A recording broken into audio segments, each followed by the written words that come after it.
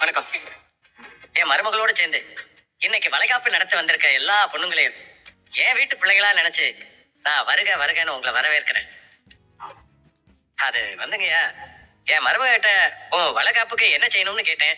அதுக்கு அவ நான் ஒரு ஏழப்பட்ட இல்லாத வீட்டுல இருந்து வந்தவ, அதனால என்ன மாதிரியே கர்ப்பமா இருக்கிற ஏழ்மையான வீட்டு பொண்ணுங்களுக்கு நம்ம வீட்டு செலவுலயே வளைகாப்பு நடத்தி வைக்கணும்னு அதுதான் என்னோட ஆசை மாமான்னு சொன்னாங்க தலைவரை. அதான் மதுரை அரசு ஆஸ்பத்திரியில சொல்லி வச்சு யார் கர்ப்பிணிங்க சிகிச்சை எடுத்துக்கிறாங்களோ அவங்கள ஏழ்மை நிலையில இருக்கிற ஒரு 10 பேரை தேர்ந்தெடுத்து கூட்டிட்டு வந்திருக்கோங்க.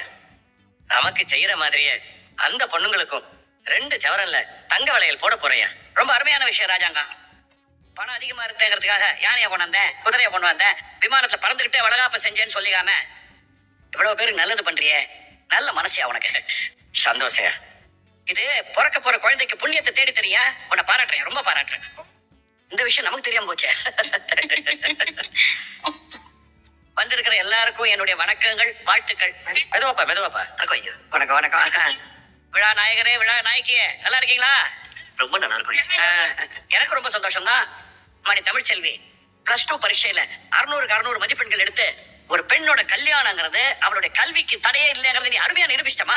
அது மட்டும் இல்ல, இந்த மருத்துவ நுழைவு தேர்வுல கூட நீ நல்ல மதிப்பெண்களை வாங்கி இப்ப நீ மருத்துவம் படிக்கிறதுக்கு தினம் தேனிக்கு போயிட்டு வந்துட்டு இருக்கிற. உண்மையை சொல்லணும்னா ஒரு பொண்ணு எப்படி இருக்கணுங்கிறதுக்கு நீ ஒரு நல்ல எடுத்துக்காட்டு. ரொம்ப சந்தோஷங்க.